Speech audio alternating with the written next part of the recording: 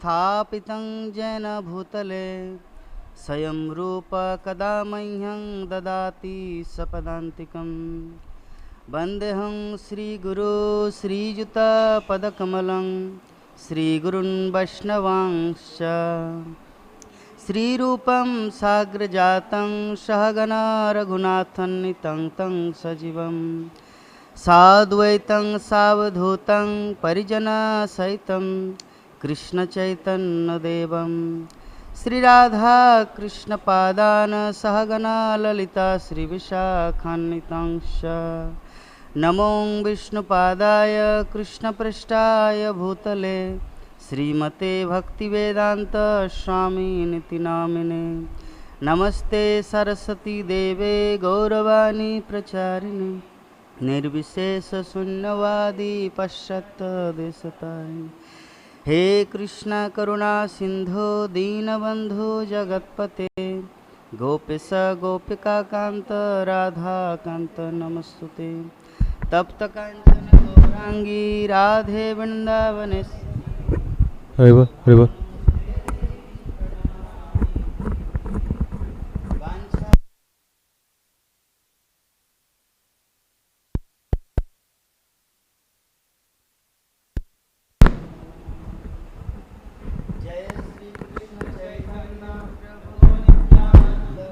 हरिबोल हरे कृष्णा हरिबोल हरिबोल हरिबोल हरे कृष्णा हरिबोल कृष्णा कृष्णा हरे हरे हरे राम राम राम हरे हरे। ओम नमो भगवते वासुदेवाय ओम नमो भगवते वासुदेवाय ओम नमो भगवते वासुदेवाय। नारायणं नमस्कृत्य नरं चैव नरोत्तमं देवीं सरस्वतीं व्यासं ततो जयमुदीरये। नष्टप्रायेषु भद्रेषु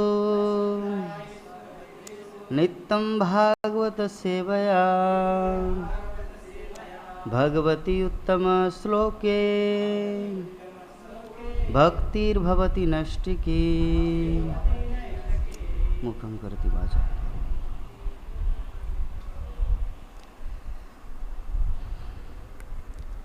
हरे कृष्णा। तो आज हम लोग श्रीमद् भागवतम के तृतीय स्कंद 25 अध्याय श्लोक संख्या 25 श्लोक को हम लोग उच्चारण करते हैं। बोर्ड में लिखा हुआ है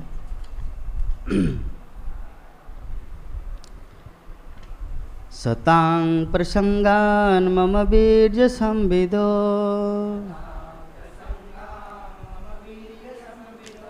भवन्ति हृत्कर्णरसायना कथा तज्जोषनादास्ववर्गवर्त्मनि श्रद्धारतिर्भक्ति अनुक्रमिष्यति। सतां प्रसंगान् मम वीर्य संविदो भवन्ति हृत्कर्णरसायना कथा तज्जोषनादास्ववर्गवर्त्मनि श्रद्धारतिर्भक्ति अनुक्रमिष्यति। सतां प्रसंगान् मम वीर्य संविदो भवन्ति हृत्कर्णरसायना कथा तज्जोषनादास्ववर्गवर्त्मनि श्रद्धारतिर्भक्ति अनुक्रमिष्यति।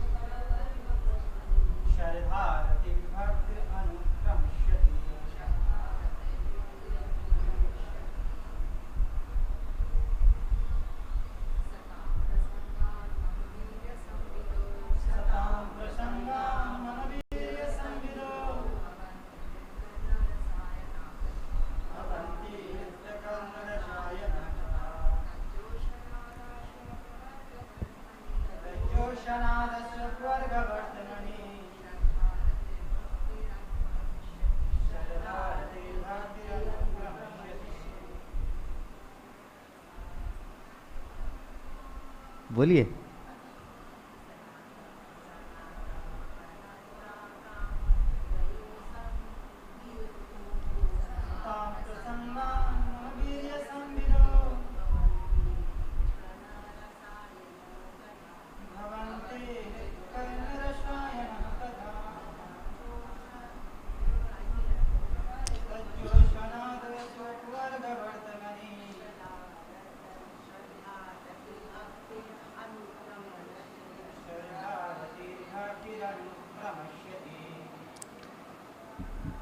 ठीक है, अनुवाद और तात्पर्य हिज डिवाइन ग्रेस ऐसी भक्तिवेदांत स्वामी जगत गुरु शिल प्रभुपाद के द्वारा।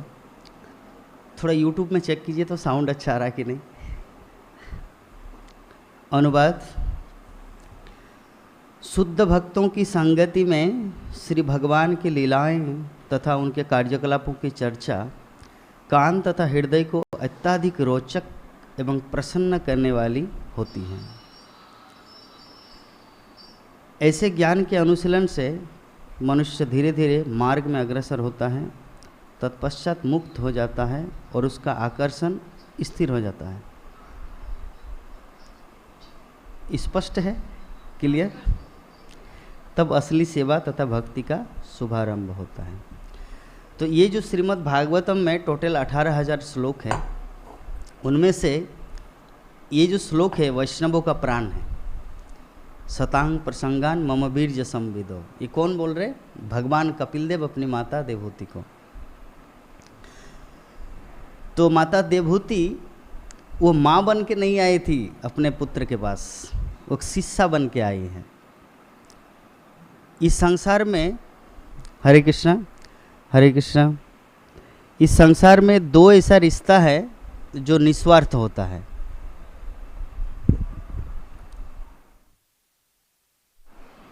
हरे Krishna Hare Krishna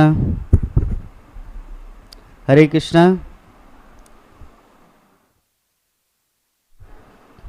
Hare Krishna. Clear? Live clear?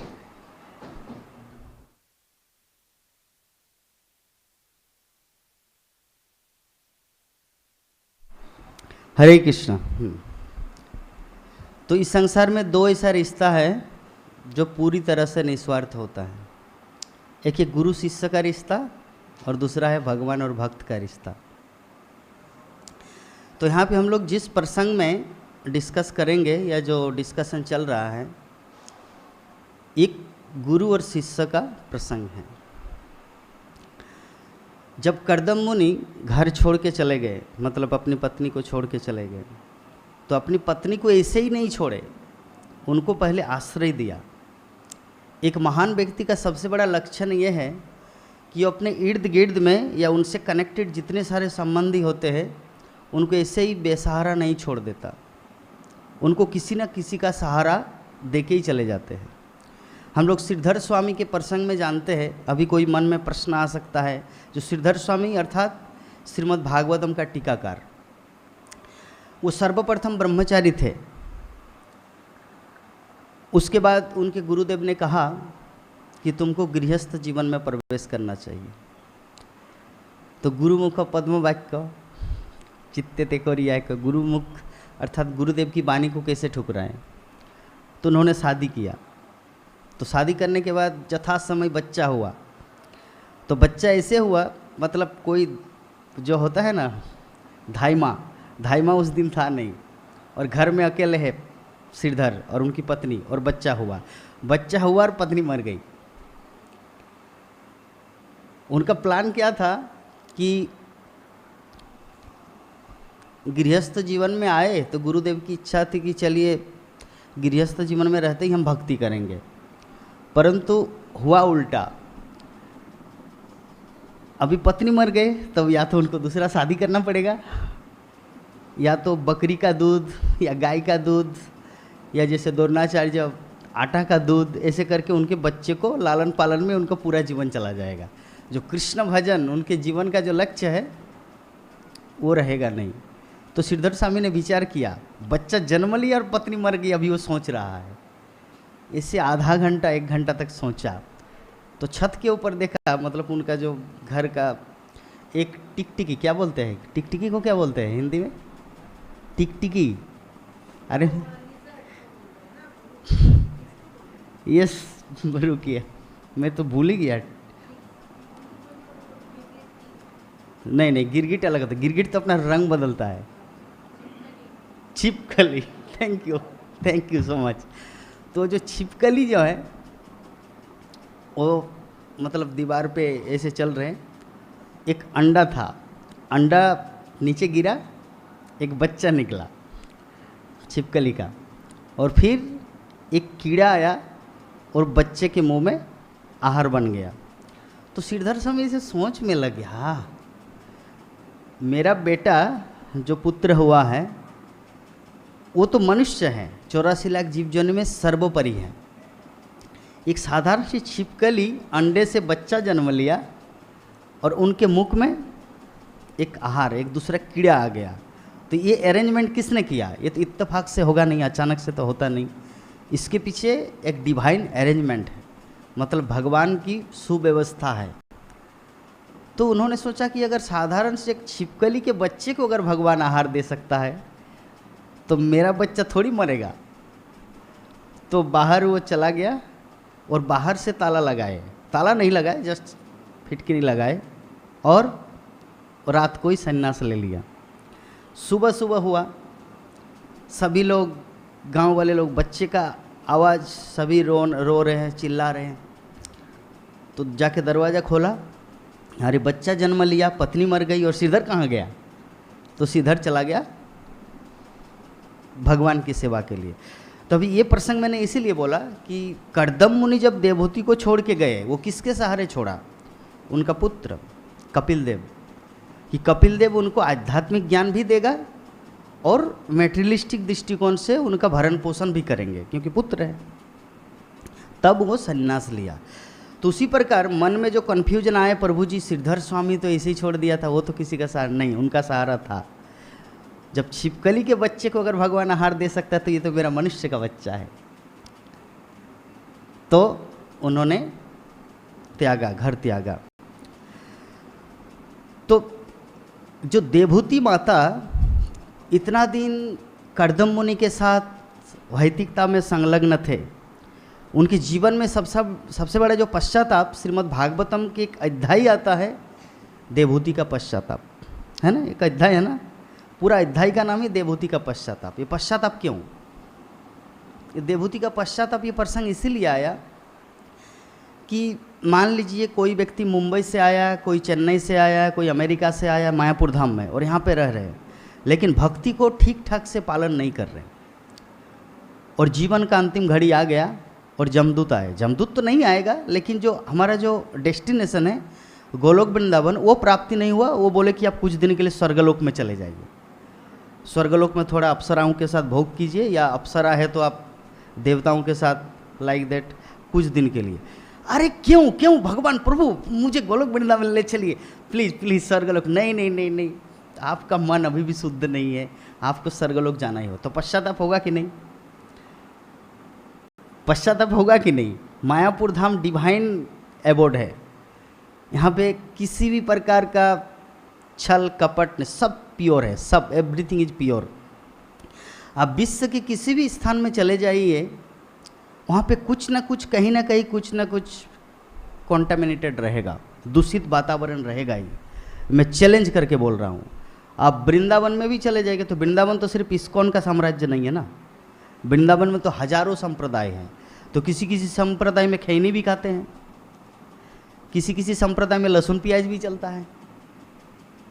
तो मान लीजिए एक फ्लैट आप खरीदे हैं वृंदावन में, और उसी फ्लैट में एक दूसरे संप्रदाय का भी लोग है, तो वो लोग तो लहसुन प्याज कर रहे हैं, वो भी एक संप्रदाय के, और आप इस्कॉन के हैं। You are pure but they are not so pure, तो आपका उसका इफेक्ट पड़ेगा। लेकिन आप मायापुर धाम में देखिए, पूरे इस 8000 गृहस्थ भक्त जो पूरे राजापुर से लेकर ये पूरा गौरनगर, गंगानगर, सरस्वती नगर, तारनपुर, होलूर घाटी, पूरा साम्राज्य देखिए, जहाँ जहाँ इस्कॉन डिवोटी है। कहीं भी लहसुन प्याज का गंध आता है? नहीं। खैर वो अलग बात है, मेन गेट में जाके कोई व्यक्ति क्या कर रहा है वो अलग मैटर है। वो लोग तो ईर्षा बस ऐसे करते हैं, उनको अपना धंधा चलाना है। खैर हम उस प्रसंग में नहीं जा रहे। मेरे बोलने का अर्थ है कि देवहूति का पश्चाताप क्यों हुआ था कि इतना बड़ा चांस महात्मा कर्दम मुनि जैसा महात्मा संसार में कोई है जो शादी करने के लिए तपस्या किया। शादी करने के लिए कौन तपस्या करता है? 10,000 वर्ष तक तपस्या किया सिर्फ शादी करने के लिए।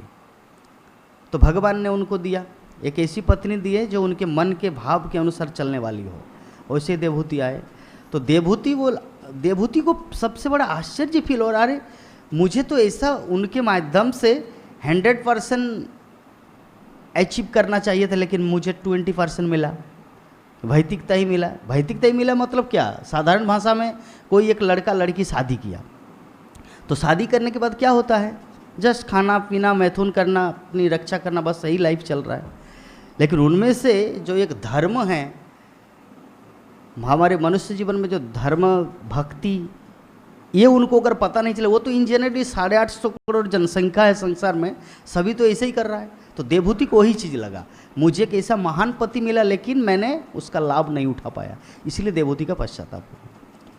तो देवहूति का पश्चाताप हुआ तो इसीलिए देवहूति मनी मन पश्चाताप कर रही है और उन्होंने कुछ बात अपने पुत्र को बोला, अर्थात कपिल देव को। क्या बोला कि हे प्रभु, मेरी भौतिक इंद्रियों की चंचलता के कारण मेरा मन अत्यंत व्याकुल हो गया है। इसी इंद्रिय आकर्षण के प्रभाव से मैं अज्ञान के गहरे अंधकार में प्रविष्ट हो गई हूँ, अज्ञान के अंधे अंधकार में। तो इस घोर अज्ञान रूपी अंधकार से मेरा उद्धार का एकमात्र आश्रय आप ही है। You are alone to deliver me, एकमात्र आप ही है। आप ही मेरी दिव्य दृष्टि है जो आपकी हेतु की कृपा से मुझे असंख्य जन्मों के पश्चात प्राप्त हुई है। तो ये सुयोग हम सबको प्राप्त हुआ है। हम लोग विभिन्न जीवन में अनेकों प्रयास करने के बाद, किसी जीवन में गंगा नहाएं एवरीडे, किसी जीवन में गंगोत्र में स्नान किए, किसी जीवन में पुष्कर तीर्थों में कुछ भेड़ बकरी या कुछ कुत्ता बन के रहा, किसी जीवन में नर्मदा के किनारे घर बनाया, किसी जीवन में ओमकारेश्वर की झील में रहा, किसी जीवन में रामेश्वरम के तट पर चूहा बन के रहा। इस प्रकार न जाने कितने लाखों जीवन के बाद ये कृष्ण भजन करने का सौभाग्य प्राप्त होता है। अभी कृष्ण भजन करने सौभाग्य मिला, इट्स गुड। साथ साथ में वैष्णवों की कृपा, आज का जो श्लोक है शतांग प्रसंगान मम बीर्ज संविदो, कि शुद्ध भक्तों के सान्निध्य में। अभी शुद्ध भक्त की परिभाषा ये नहीं कि किसी का 2 सिंह लगा हुआ है। शुद्ध भक्त मतलब जो भी कृष्ण कथा बोलता है शुद्ध हृदय से, चाहे वो शुद्ध भक्त ना हो, लेकिन कथा बोलने के टाइम अगर वो शुद्ध हृदय से बोलता है तो उसको शुद्ध भक्त ही माना जाता है। लेकिन देखिए ये जो 3 गुण है, सतगुण रजगुण तमगुण, वो टाइम चेंजिंग होता है। कभी तमगुण में व्यक्ति प्रवृत्त होता है, कभी रजगुण में, कभी सत्यगुण में। हमें उस पर उतना विचार नहीं करना है। अगर वैसे विचार करेंगे तो दुनिया में किसी को आप गुरु ही नहीं बना पाएंगे, क्योंकि सबके अंदर कुछ ना कुछ फॉल्ट रहेगा ही।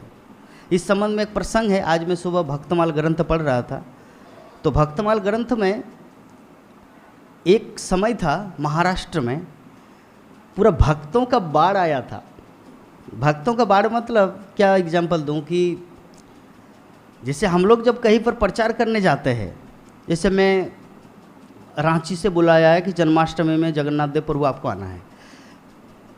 हमारे मनोज प्रभु को बुलाया गुवाहाटी आसाम से कि आप जन्माष्टमी प्रोग्राम में आइए। प्रभु जी को बुलाया गया। हरे कृष्ण हरे कृष्ण हरे कृष्ण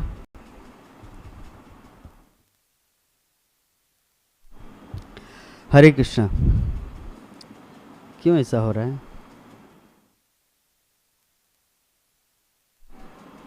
हरे कृष्ण हरे कृष्ण हरे कृष्ण हरे कृष्ण कृष्ण कृष्ण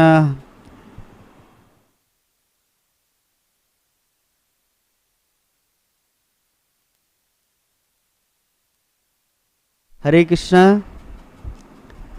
वो पहले का मत देखिए, अभी लाइव क्लियर है। अभी जो हरे कृष्ण कृष्ण कृष्ण हरे हरे, हरे राम राम राम हरे हरे। ठीक, थैंक यू। लेकिन मुझे सेटिस्फेक्शन नहीं मिल रहा है। हरे कृष्ण हरे कृष्ण। तो महाराष्ट्र में एक ऐसा बाढ़ आया था, पूरा भक्तों की समाज का बाढ़।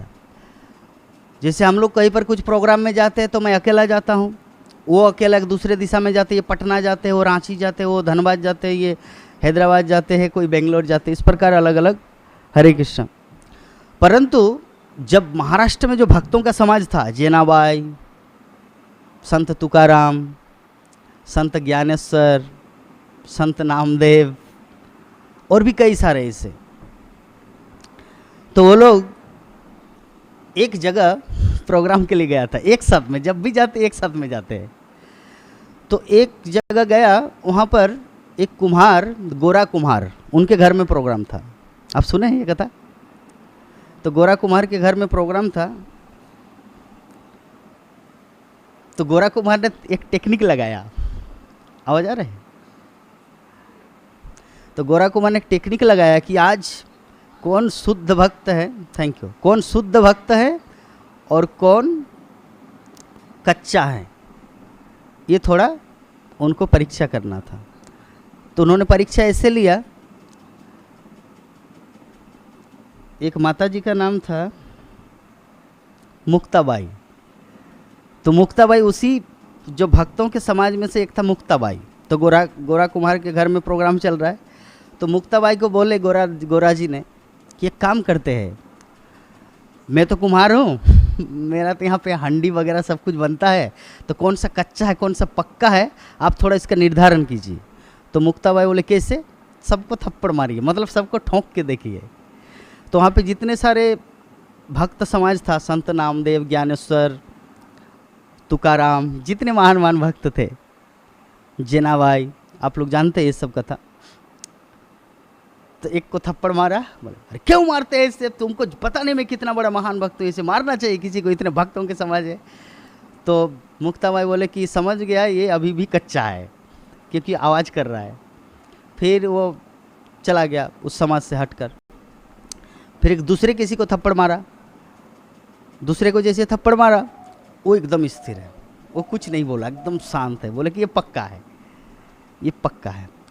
फिर पाली आया नामदेव का, नामदेव को एक ऐसा थप्पड़ लगाया मुक्ताबाई, वो माता जी है, तो थप्पड़ लगाए, आपको पता है तुमने किसको थप्पड़ मारा? बोले कि हाँ पता है, मैं विट्ठल से बात करता हूँ, पंढरीनाथ से, पंढरपुर में, जानते हैं, मैं उनके साथ बातचीत करता हूँ, कितना प्रिय हूँ आप खुद ही कैलकुलेट कीजिए, खुद इमेजिन से कल्पना कीजिए। एक व्यक्ति जब शुद्ध भक्ति की अवस्था में आ जाता है तभी वो भगवान से बात करता है ना? तो मैं विट्ठल भगवान से बात करता हूँ, इसका मतलब क्या है? हरे कृष्ण। इसका मतलब यही है कि मैं भगवान का परम प्रिय भक्त हूँ, फिर भी तुमने मुझे थप्पड़ मारा। तो वहाँ से वो चला गया, पंढरपुर के पंढरीनाथ के सामने बहुत जोर जोर से रोने लगा, विट्ठल भगवान को बोलने लगा कि कौन सी त्रुटि रह गई मेरे अंदर जो मुझे उन्होंने थप्पड़ मारा, सबके सामने बेइज्जती किया, अपमान किया, ऐसा तो नहीं करना चाहिए। बोले कि देखिए तुम्हारे अंदर सब कुछ क्वालिटी है, तुम मेरे साथ बात करते हो, तुम मेरे प्रिय हो, लेकिन तुम 100% प्रियतम, मतलब प्रिय तभी माने जाओगे जब वैष्णव समाज तुमको एक्सेप्ट करेगा। तो वैष्णव समाज तुमको एक्सेप्ट इसीलिए नहीं कर रहे क्योंकि तुम अभी भी दीक्षित नहीं हो, अभी भी तुमने गुरु नहीं बनाया, और जब तक गुरु नहीं बनाओगे तब तक वैष्णव समाज तुमको उस नज़र में नहीं देखेंगे जिस नज़र में देखना चाहिए। जैसे एक स्त्री का अगर पति होता है, सिंदूर लगा रहता है, मंगलसूत्र रहता है, तो उनको देखने से पता चलता है, एक श्रद्धा का भाव सूचक आता है। तो नामदेव जी बोला कि अरे मुझे ऐसा गुरु ही नहीं मिला तो गुरु किसको बनाए? बोले कि मैं आपको एड्रेस देता हूँ किससे आपको दीक्षा लेना है। तो भगवान ने बोला कि कल सुबह तुम एक मंदिर चले जाना, वहाँ पे एक संत बैठा रहेगा, आप उनसे दीक्षा ले लेना। तो नामदेव जी क्या किए, दूसरे दिन सुबह सुबह उस मंदिर में गया तो गुरुदेव क्या किए है, शिवलिंग के ऊपर पैर रख के बैठा हुआ है। अब इनका तो दिमाग खराब हो गया, अरे गुरु के ऐसे होता है क्या, जो जिनका आचरण ठीक ना हो। तो जाके पूछ रहा है कि आप कैसे महात्मा हैं जो शिवलिंग के ऊपर पैर रखे हैं, ऐसा तो नहीं रखना चाहिए। तो उन्होंने पूछा तो कहाँ रखूं, मैं अपना पाँव कहाँ रखूं। बोले कि जहाँ पे भगवान का ये नहीं है, आप तो डायरेक्ट मस्तक पे पाँव रखे, ये तो अच्छी बात नहीं है। तो बोले कि ठीक है, तुम मुझे वो जगह दिखाओ जहाँ पे मैं अपना पाँव रखूं। तो नामदेव जी ने क्या किया, उनका पाँव को साइड करके एक दूसरे जगह रखा। तो कुछ 10 सेकंड के अंदर देखा वहाँ भी शिवलिंग है, मतलब उनके पैर के नीचे। फिर इधर से इधर की हर जगह उनको शिवलिंग ही दिखाई दे रहा है। तो उन्होंने कहा कि देखिए, जिसके हृदय में भगवान का वास होता है ना, उसको हर जगह भगवान दिखाई देता है। एक श्लोक है चैतन्य चरितामृत में, स्थावर जंगम देखी ना देखे तार मूर्ति, सर्वत्र हो इष्ट देव स्फूर्ति। मतलब स्थावर और जंगम, जंगम हरे कृष्ण, जंगम का अर्थ होता है जैसे कुछ कुछ जगह जो हमारी दृष्टि से, जो दृष्टि में नहीं है और कुछ कुछ दृष्टि के अंतर्गत आता है, दृश्य और अदृश्य। तो इसके अंदर मतलब साकार और निराकार, कुछ कुछ जो चलायमान है और जो चलायमान नहीं। जैसे पहाड़ पर्वत वो चलायमान नहीं है, लेकिन पशु पक्षी मनुष्य ये चलायमान है। तो स्थावर और जंगम, तो स्थावर जंगम देखे ना देखे तार मूर्ति, मतलब वो भक्त स्थावर और जंगम देखता है लेकिन उसका मूर्ति नहीं देखता कि वो स्थावर व जंगम है। वो क्या देखता है, सर्वत्र स्फुरित हो तार इष्टदेव स्फूर्ति। इष्टदेव का मतलब होता है उनके हृदय में जो भगवान वास करते हैं। किसी का गोविंद देव है, किसी का विट्ठल भगवान है, किसी का जगन्नाथ भगवान है, किसी का तिरुपति बालाजी है, किसी का बद्रीनाथ है, किसी का द्वारकाधीश है, किसी का राधा माधव है, किसी का राधा रास बिहारी, किसी का राधा गोपीनाथ। तो जिसका जैसा जो इष्टदेव है उनको सर्वत्र वही इष्टदेव स्फूर्ति होता है। तो संत ने कहा, उन संत का नाम है विशोभा खेचर। तो जब ये लॉजिक दिया तो नामदेव जी बोले कि वाह, ये है गुरु। तब उनसे वो दीक्षा ग्रहण किया। तो इस लीला के माध्यम से हम लोग समझे कि हम लोग भगवान के कितने ही करीब क्यों ना हो, अगर देवहूति माता समझती कि अरे भगवान तो मेरा पुत्र है, तो वो कभी भी भगवान के धाम नहीं जाते। यद्यपि पुत्र है लेकिन साथ में गुरु का पद उनको दिया और उनका शिष्य बना और उनसे ज्ञान ग्रहण किया। और क्या ज्ञान ग्रहण किए, तो जब देवहूति माता जब ये सब अपनी कमजोरी बताए कि मैं इतना दिन आपके पिताजी के साथ रहा, एक महान व्यक्ति था, लेकिन उनसे मुझे जो चीज़ सीखना चाहिए था वो मैंने सीखा नहीं, इसीलिए मैं अभी कमज़ोर हो चुकी हूँ। तो मैत्रेय ऋषि शौनकादि ऋषियों को विदुर को सुना रहे कि अपनी माता के निर्मल एवं पारलौकिक जिज्ञासा को सुनकर भगवान ने मन ही मन उन्हें कृतज्ञता प्रकट की। तत्पश्चात करुणा पूर्ण मुस्कान के साथ उन्होंने आत्म साक्षात्कार में रुचि रखने वाले साधकों के लिए आध्यात्मिक मार्ग का वर्णन किया। ये जो देवहूति नंदन कपिल देव की जो शिक्षा है, ये जो हम लोग एवरीडे जो डिस्कस कर रहे हैं, ये किसका मार्ग है जानते हैं? जो आध्यात्मिक जीवन को ग्रहण कर चुके हैं उनके लिए मार्ग है। जैसे हम लोग इस मार्ग में आ चुके हैं, तो यहाँ पे क्या क्या शिक्षाएं मिलती हैं? कपिल देव बता रहे, भगवान ने कहा कि वो योग प्रणाली जो परमेश्वर और जीवात्मा के शाश्वत संबंध को प्रकाशित करता है, ये सांख्य योग, ये तो तृतीय स्कंद का श्रीमद् भागवतम हम लोग एवरीडे डिस्कस कर रहे हैं। ये कौन सा संबंध प्रकाशित करेगा? हम लोगों के जीवन में एक धुंधलापन है अभी भी। किसी को पता है कि तुम्हारा कृष्ण के साथ क्या रिश्ता है? पता है क्या है? ग्वाल बाल, गोपी, ठीक है, अब दास सर साक्य है, लेकिन वो तो सिर्फ विनम्रता, बस दूसरों के सामने दिखावा के लिए बोल रहे, लेकिन अंदर का भाव कुछ अलग है। हैं, मैं एक बार निरुपमा राजेश्वरी को बोला, मेरी पत्नी को, अच्छा तुम्हारे अंदर तक तो पूरा जसोदा मैया की तरह भाव दिख रहा है। तो वो बोले कि तुमको क्या पता मेरे अंदर क्या भाव है, वो मैं थोड़ी बताऊंगी। तो इसका मतलब क्या है, सबका अलग अलग भाव है जो सबको डिस्क्लोज नहीं करना चाहता। बोला मनोज प्रभु ने क्या बोला कि दास्य और सख्य, और धीरे धीरे वहाँ पर आएंगे। गोपी भाव तो नहीं जाएंगे ना, नहीं तो मयूर बनना पड़ेगा साड़ी पहन के। खैर वृंदावन में जैसा होता है। तो ये देवभूति नंदन कपिल देव भगवान बता रहे कि वो योग प्रणाली, ये जो सांख्य योग का जो वर्णन ये तृतीय स्कंद में हम लोग जो वर्णन कर रहे हैं, वो योग प्रणाली कि हे पवित्र माता, अब मैं आपको उस प्राचीन योग प्रणाली का उपदेश दूंगा जिसे मैंने पूर्व काल में महान ऋषियों को प्रदान किया था। महान ऋषि पूर्व काल में, प्राचीन काल में, ये जो ज्ञान होता है ना, ये कोई नया नहीं होता, ये प्राचीन काल से है, अभी भी और भविष्य में भी रहेगा। ये योग सर्वथा कल्याणकारी, व्यवहारिक और सभी के लिए हितकारी है। ये योग सांख्य योग, सांख्य योग का दूसरा अर्थ भक्ति योग है।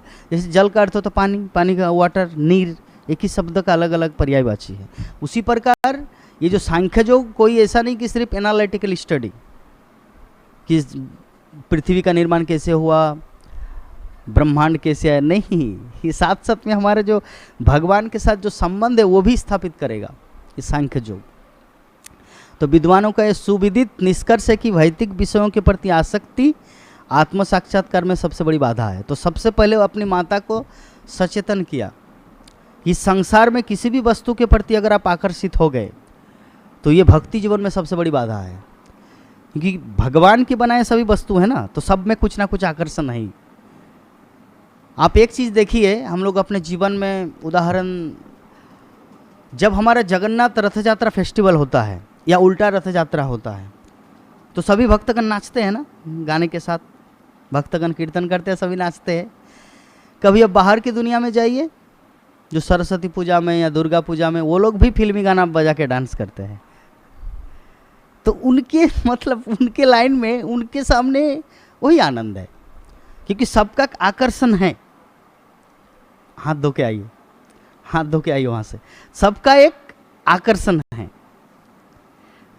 तो ये भक्ति जीवन में आकर्षण है और वो एक, तो देवभूति नंदन कपिल देव पहले ये चीज़ सचेतन करे अपनी माँ को कि अगर आपको भक्ति जीवन में प्रवेश करना है, अगर उस शाश्वत संबंध को समझना है, तो सर्वप्रथम इस संसार में जो आसक्ति है उनको पहले घटाना होगा।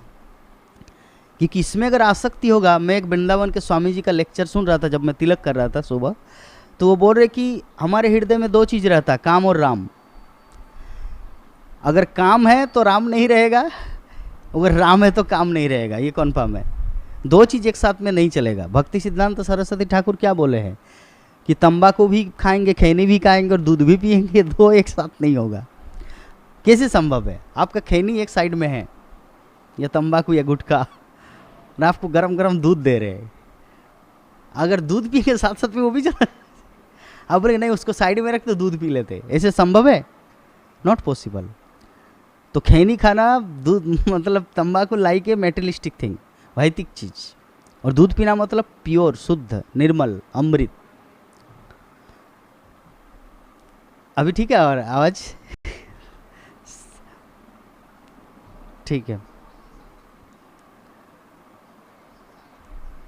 क्लियर है? और है ठीक है, क्योंकि कई बार ऐसे कमेंट आता है यूट्यूब में, अरे प्रभु जी कैसा बोलते हैं, थोड़ा तो माइक को दूर कीजिए।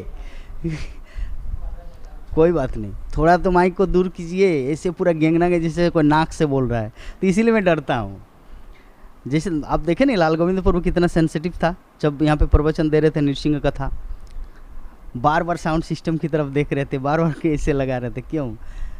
क्योंकि भाई हम अपनी वाणी के द्वारा दूसरा व्यक्ति हृदय में आनंदित फील करे, उसको अगर जलन हो या उनको अच्छा नहीं लगे, कान एक ऐसा चीज़ है ना, वो मधुर चीज़ चाहता है, मधुर वस्तु चाहता है, और वहाँ पे आप कुछ भी कूड़ा कचरा नहीं डाल सकते। इसीलिए मैं बहुत सेंसिटिव हूँ।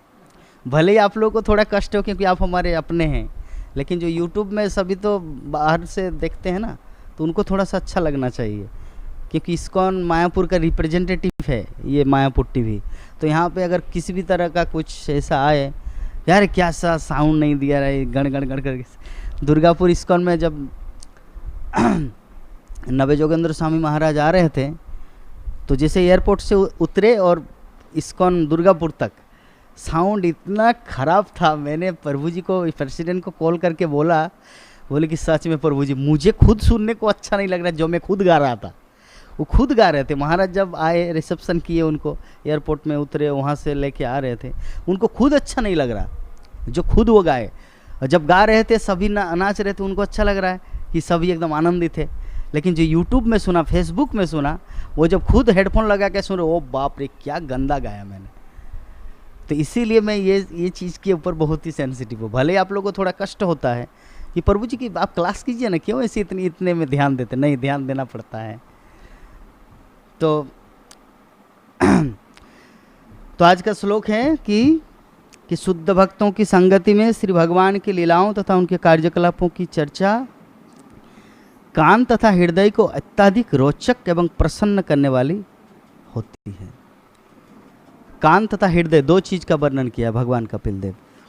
शुद्ध भक्तों के मुख से अगर हम लोग कुछ श्रवण करते हैं, एक तो मधुर सुनाई देता है और हृदय प्रफुल्लित होता है। कुछ कुछ बातें ऐसी होती है ना कि कोई कुछ बोल दिया ना, आपके हृदय में नेगेटिव क्रिएशन चालू हो जाता है, और किसी किसी की बात आपको बहुत ही पॉजिटिव फील करता है। 2018 में जब मैं बद्रीनाथ गया था, एक तो 2024 में गया था, 2018 में बद्रीनाथ, केदारनाथ, गंगोत्री, जमुनोत्री, तो उसमें मेरा पॉक्स हुआ था। पॉक्स, पूरे शरीर में पॉक्स हो गया था। तो कुछ कुछ भक्तों का पता नहीं, मुझे देख के उनको कैसा फील हो रहा था, तो उनके सामने जैसे मुझे खुद नेगेटिव ऊर्जा क्रिएट होता था। तो मैं बोला यार कैसे अपने आप को बचाऊं। और जैसे कुब्जा का हुआ था ना वृंदावन लीला में, कुब्जा अपने आप को छुपा के जाती थी। आप लोग देखे होंगे रामानंद सागर के टीवी सीरियल, और छुपा के जाती थी। लेकिन कृष्ण बलराम को पता चला कि कहीं से कुछ सुगंध आ रहे हैं, तो चले देखते कहाँ से आ रहे हैं। तो देखा कि कुब्जा जा रही है कंस के पास चंदन लेके। बोले ओ सुंदरी कहाँ जा रही है? तो बोले किसको सुंदरी? बोले आपको दिख नहीं रही कि मैं कुब्जा हूँ? तो ऐसे करके जो वो घटना तो सबको पता है। तो जब बद्रीनाथ में गया था तो सभी एक दूसरे दृष्टि से देख रहे। तो मैं बोला कि जाऊँ तो कहाँ जाऊँ, कि सीता माता की तरह पाताल छेद मतलब चला जाऊँ क्या, मर जाऊँ क्या, ऐसा मतलब फील हो रहा था। तो खैर जो भी है, जन के न प्रकार ने कुछ भक्त उसमें पॉजिटिव था। तो आने के बाद मैंने डिपार्टमेंट चेंज कर लिया, संकीर्तन डिपार्टमेंट से सेंट्रल आ गए। ये जो आश्रय गोविंद प्रभु का बोर्ड लगा हुआ देख रहे, आश्रय गोविंद प्रभु मेरा इंचार्ज था, अभी भी है। तो आश्रय गोविंद प्रभु का इतना सुंदर व्यवहार, माता जी क्या बताऊं प्रभु जी, कि जैसे मैं किसी राज्य का राजा हूँ, ये किसी देश का कोई मतलब सच में राष्ट्रपति हूँ। इतना रेस्पेक्ट, इतना मतलब पॉजिटिव एनर्जी क्रिएट करते थे प्रभु जी। जब भी आता था ऑफिस में प्रणाम करता था, दंडवत। बोले कि जगन्नाथ नो नीड टू प्रणाम एवरी टाइम, आप जस्ट हाथ जोड़ करके हरे कृष्ण बोल दीजिए। तो मैं सबसे उनको दंडवत, क्योंकि कृतज्ञता का भाव ऑटोमेटिकली आ जाता है कि दंडवत प्रणाम के अलावा चाहे ऑफिशियल काम ही क्यों ना, अगर 10 बार भी ऑफिस आते तो 10 बार में दंडवत प्रणाम करता था। जैसे श्रीमद् भक्तिचार्य स्वामी गुरु महाराज प्रभुपाद से जब भी मिलते थे हर समय दंडवत प्रणाम करते थे, हर टाइम जब उनसे भेंट होता था। जैसे गुरु महाराज बांग्ला में ट्रांसलेट कर रहे, तो ट्रांसलेट करते करते हो सकता है श्रील प्रभुपाद आगे, उस समय भी दंडवत प्रणाम करेंगे। कुछ चीज़ समझ नहीं आया गुरु महाराज को, तो प्रभुपाद के पास दिखाने के लिए गए, उस समय भी दंडवत प्रणाम करेंगे। फिर एक कोई लेटर आया जिसको हिंदी में या बंगाली में उसको भेजना है डाकघर के माध्यम से, तो गुरु महाराज लिखते थे भक्तिचार्य स्वामी गुरु महाराज, तो उस समय भी प्रभुपाद जब आते तो फिर भी दंडवत प्रणाम।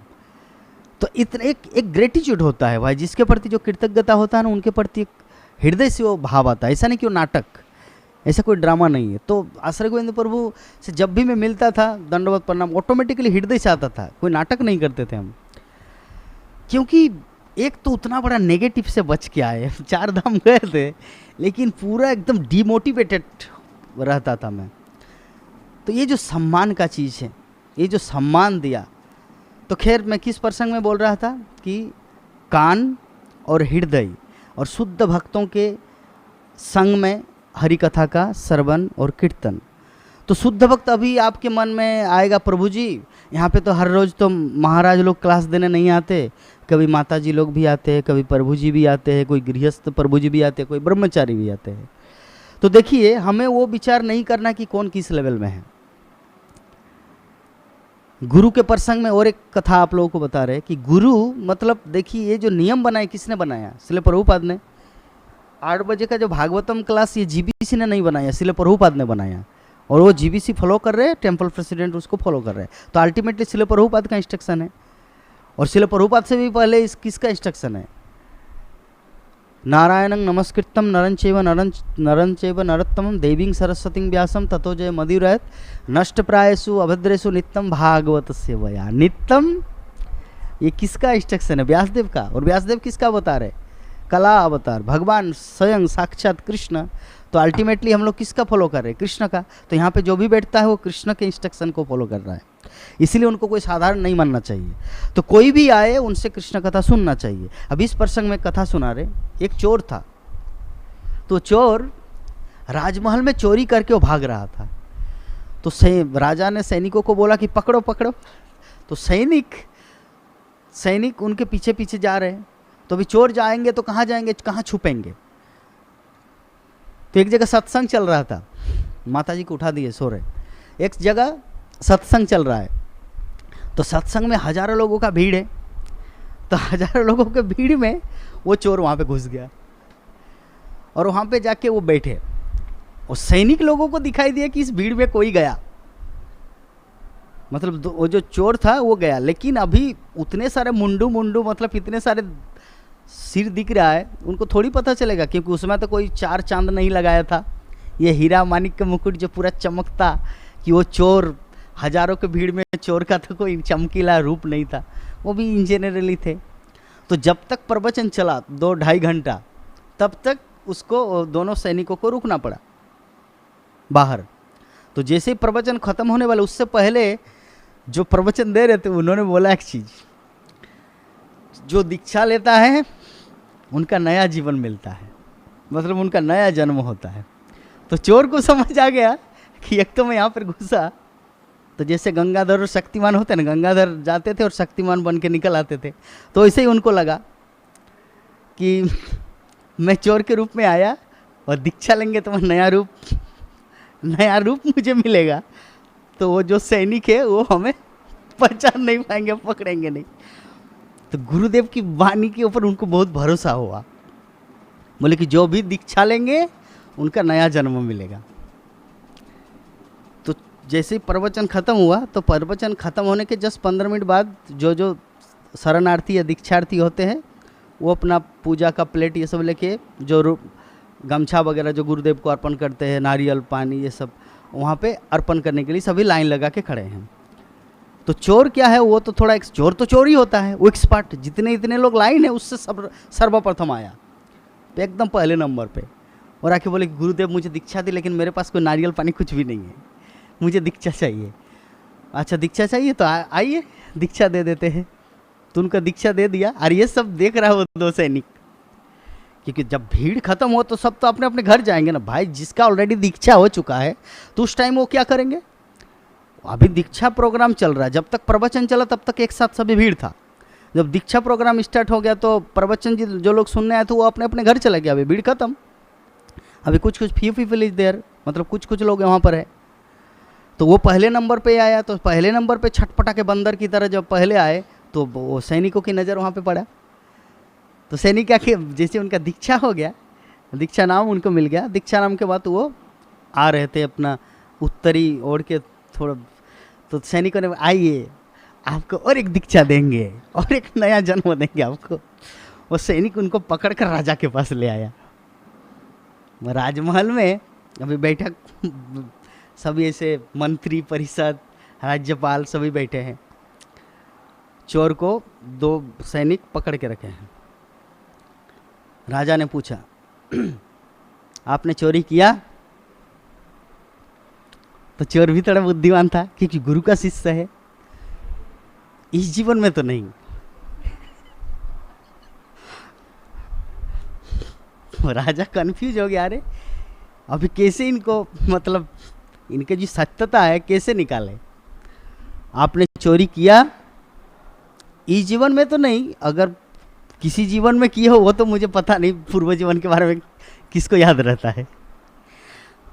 अभी राजा खुद कंफ्यूजन में पड़ गए, क्योंकि राजा का जो तेज होता है उनका डर से ही अगर कोई चोरी करते तो कोई कोई पेशाब भी कर देते थे, मतलब डर से, क्योंकि क्षत्रिय राजा होते हैं, सिंह जैसा गर्जन।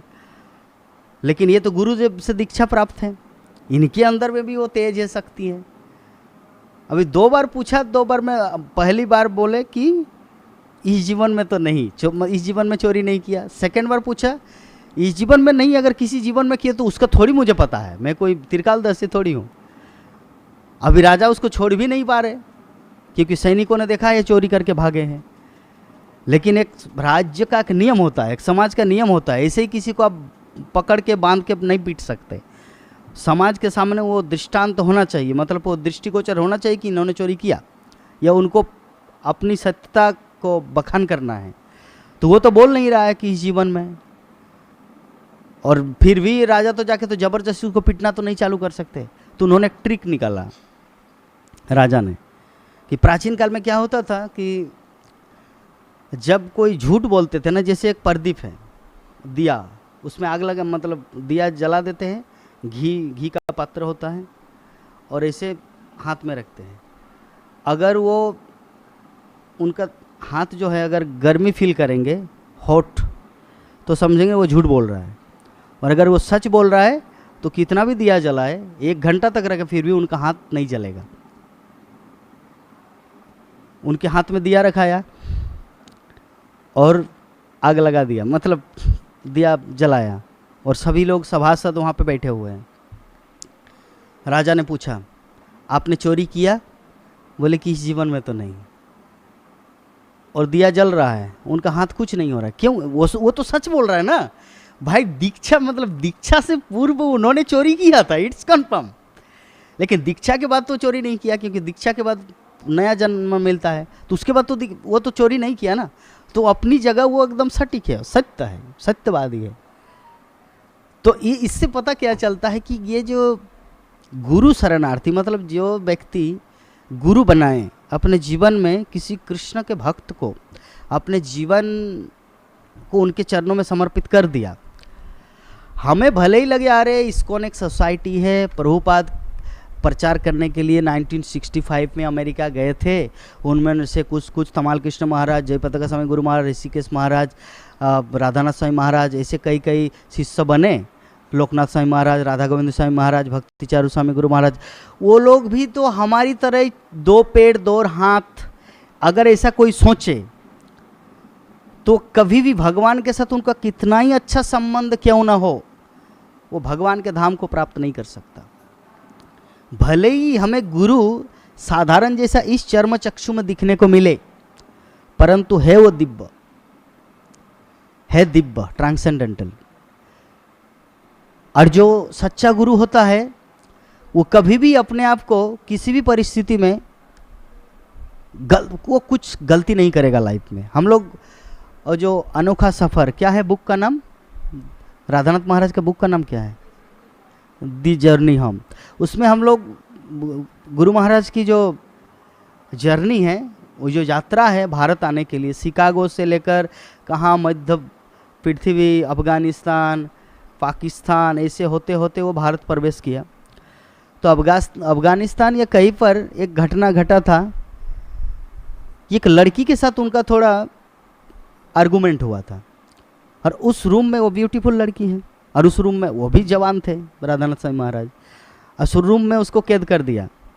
उनके 2 बड़े बड़े पहलवान थे उस माता जी के, तो उन्होंने उनको पर्पस किया था, जैसे अर्जुन को उर्वशी ने किया था स्वर्गलोक में। तो अर्जुन ने बोला था कि देखिए आप तो हमारी जननी समान है, क्योंकि हमारे पूर्वज लोगों के साथ आपका संबंध रहा है, तो मैं कैसे आपको उस रूप में देखो, इसीलिए माँ संबोधन करके उनको बुलाया था, आप माता हैं। लेकिन उर्वशी की क्रोध आया और उनको नपुंसक होने का श्राप दिया। तो ये जो लड़की थी, राधानाथ महाराज फॉरेनर है, दिखने में भी एकदम पूरा एकदम हैंडसम, जवान, सुंदर, खैर बाल था, तो विदेशी पसंद आ गया वो लड़की, तो बोले कि मेरे साथ आप थोड़ा सा वो काम कीजिए, नहीं तो मेरा ये जो 2 गुंडा दिख रहे हैं बड़े बड़े पहलवान हाथी की तरह, ये तुमको मार देंगे।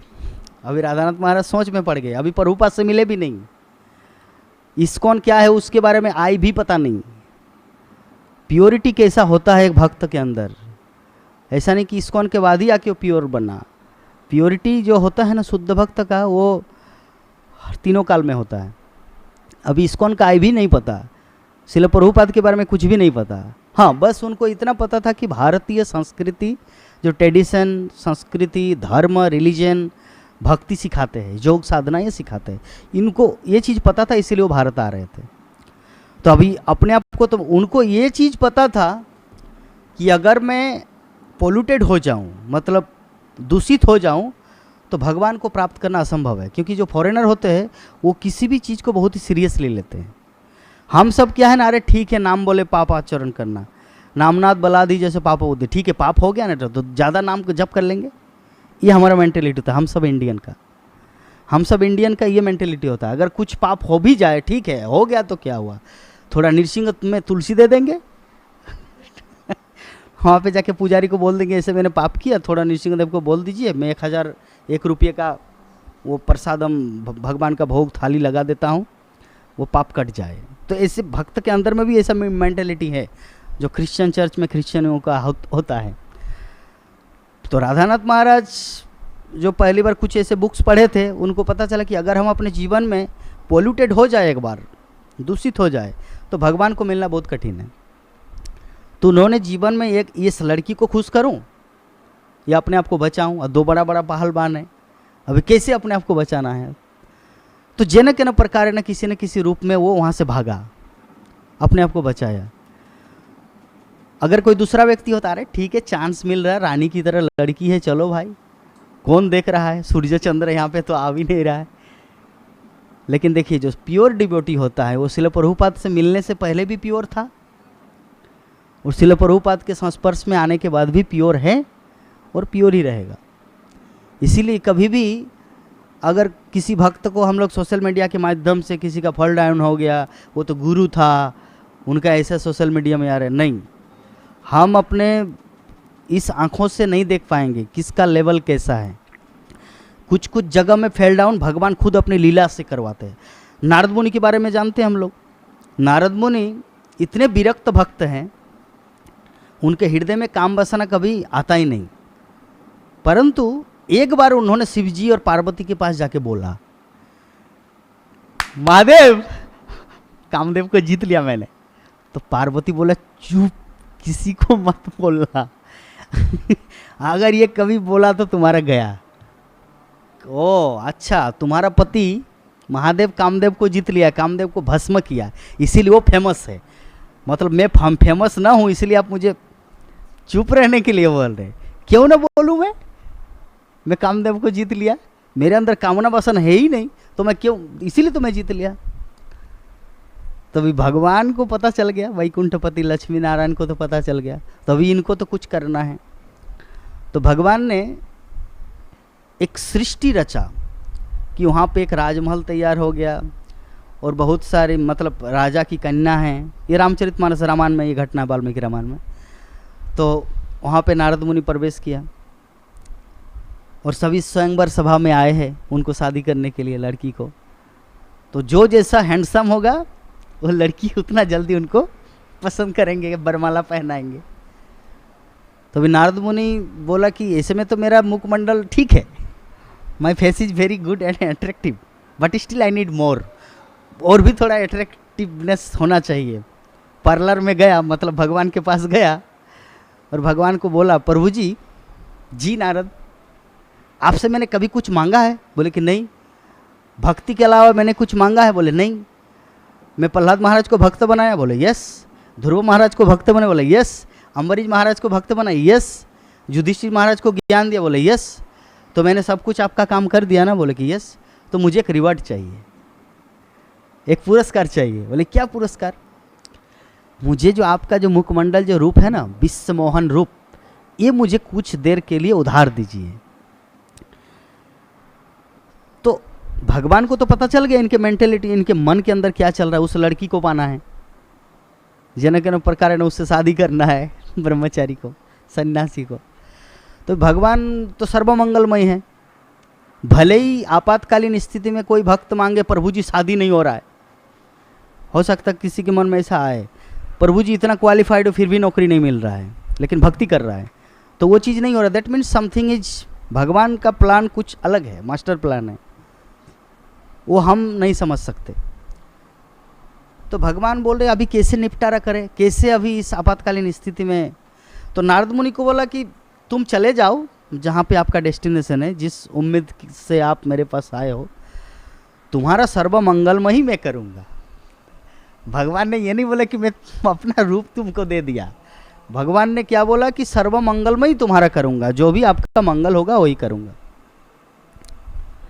तो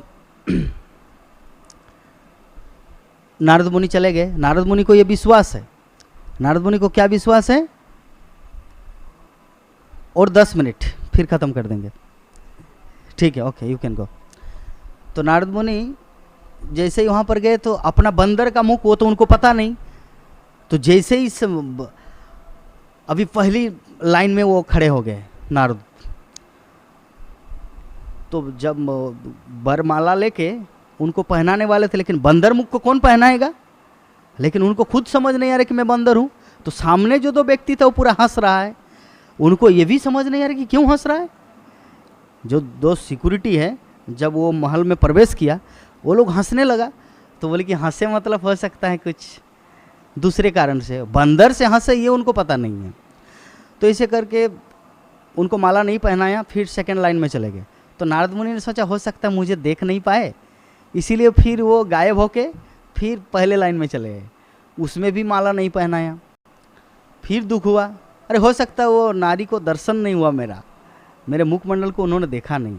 फिर वो दूसरे लाइन में चले गए। तो ऐसे करते करते किसी ने बोला ये तुमको समझ नहीं आ रहा क्या, तुम बंदर मुख कहीं का, किसी ने बोला उसकी सखी ने, कि बार बार आ जाते हो डिस्टर्ब करने के लिए, हमारी महारानी को, हमारी राजकुमारी को काम में क्यों बाधा डाल रहे हो बंदर। तो बंदर शब्द जैसे ही सुना उसको थोड़ा दुख लगा, वो सीधा चला गया जलाशय में, स्थिर जलाशय में। वहाँ तो आईना मोबाइल तो था नहीं कि कैमरा में देखे, तो जलाशय में देखा कि मुख बंदर जैसा है। इतना क्रोध आया, इतना क्रोध आया, इतना गुस्सा आया, सीधा चले गए वैकुंठ। बोले कि भगवान आपने अच्छा नहीं किया, आपने अच्छा नहीं किया, बहुत गलत किया। मैं तुमको श्राप देता हूँ कि तुमने मुझे बंदर बना दिया ना, इसी बंदरों की सहायता से तुम्हारी पत्नी की खोज करनी पड़ेगी। ये मैं आपको अभिशाप दे रहा, बंदर ही तुम्हारा मित्र बनेगा। जिस बंदर को तुमने ऐसे कुत्सित किया, मेरे ऐसे रूप को तुमने बंदर बना दिया, भगवान को श्राप दे दिया। अभी भगवान भी क्या करें, भगवान को तो लीला करना है, भविष्य में रामचंद्र लीला। इसीलिए नारद मुनि के माध्यम से, तो ये घटना मैंने इसीलिए बोला कि हमारे जीवन में कुछ कुछ ऐसे आपातकालीन स्थिति कभी कभी आते हैं कि फेल डाउन, या भगवान हमारी इच्छा पूरी नहीं करते। अरे भाई उसके पीछे भगवान का कुछ मास्टर प्लान काम कर रहा है, ये हमें समझना है। देवी चित्रलेखा उन्होंने एक बात वो अपनी विभिन्न चैनल में वो बोलती थी कि 2 चीज़ है, हरी इच्छा और हरी कृपा। अगर कुछ मिल जाए, अगर हम जो चीज़ चाहते हैं अगर वो मिल जाए तो हरी कृपा है, और जिस चीज़ की कामना है वो अगर नहीं मिला तो हरि की इच्छा है। 2 ही चीज़ है, हरी इच्छा और हरी कृपा। ये चीज़ अगर हम लोग समझ के आगे बढ़ेंगे तो हम लोग कभी भी नेगेटिव नहीं होंगे। हमारे जीवन में जो कुछ घटेगा, चाहे वो हम जो चाहते हैं वो नहीं हुआ, ये जो चाहते वो हुआ, जो चाहते वो हरि कृपा है, और जो चाहते वो नहीं हुआ मतलब हरि की इच्छा है, हमारा मंगल ही होगा, क्योंकि भगवान सर्वमंगलमय है। भोक्तारम जगत अपसांग सर्वलोको महेश्वरम सुहृदम सर्वभूतानाम ज्ञातमंग शांति मृच्छति। ऐसे में बोलने के लिए बहुत कुछ है, तो अगर आप सब भक्तों के मन में किसी भी प्रकार का कुछ प्रश्न है तो पूछ सकते हैं। हरे कृष्ण। आज जोश में नहीं है क्यों? आपका चेहरा उदासी उदासी क्यों लग रहा है? आपका चेहरा में से दिख रहा है जो जोश में थे। आपका कुछ प्रश्न है माता जी? जब क्लास यहाँ पे बंद कर देते साउंड तब आपका क्वेश्चन चालू होता है, इसीलिए अभी बोलिए क्या प्रश्न है।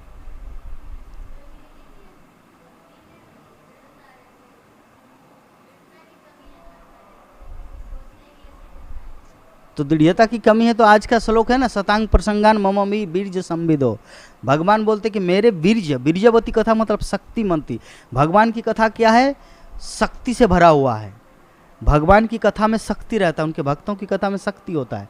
वो जितना हम लोग श्रवण करेंगे, जितना हम लोग सुनेंगे, उतना हम लोग भक्ति में दृढ़ बनेंगे, उतना डिटर्मिनेशन आएगा।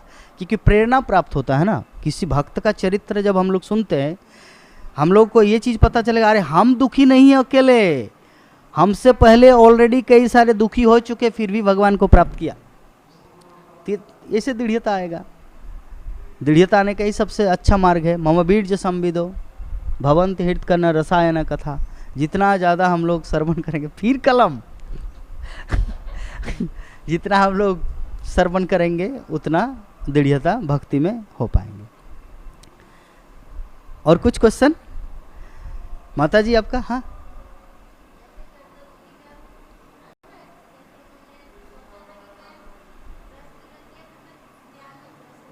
हाँ,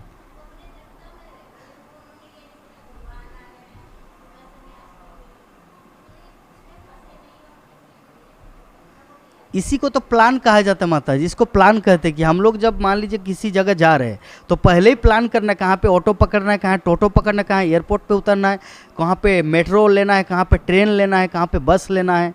तो पहले से जब हमारा सेटअप रहेगा ना प्लान, तो हम लोग डेस्टिनेशन को परफेक्टली टाइम पे पहुंच पाएंगे। परंतु जैसे ही आपका कोई प्लान नहीं रहेगा ना, लाइफ में कुछ भी प्लान नहीं रहेगा ना, तो पता नहीं क्या कर रहे हैं क्या नहीं कर रहे हैं। तो कर्दम मुनि को सर्वप्रथम ब्रह्मा जी का आशीर्वाद था कि वो तो पहले नहीं चाहते थे गृहस्थ जीवन में आने के लिए, तो ब्रह्मा जी ने बोला कि तुम गृहस्थ जीवन में जाओ, तुम फंसोगे नहीं। भगवान ने भी आशीर्वाद दे दिया कि तुम फंसोगे नहीं। तो ब्रह्मा जी के आदेश अनुसार शादी किया और साथ साथ में सन्यासी भी बना। तो इसे कहते एक्सपर्टीज। हमें ये परिमाप ये लेना है कि कितना जीवन तक हम गृहस्थ जीवन में रहेंगे, फिर वहाँ से हट जाना है, फिर वानप्रस्थ लेना है, फिर सन्यास लेना है, फिर उच्चतम सिद्धि को प्राप्त करना है। तो इसी तो को दृढ़ता कहा जाता है। हमें एक्सपर्ट बनना है। भक्त का एक स्वभाव है एक्सपर्ट, दक्ष। ठीक है।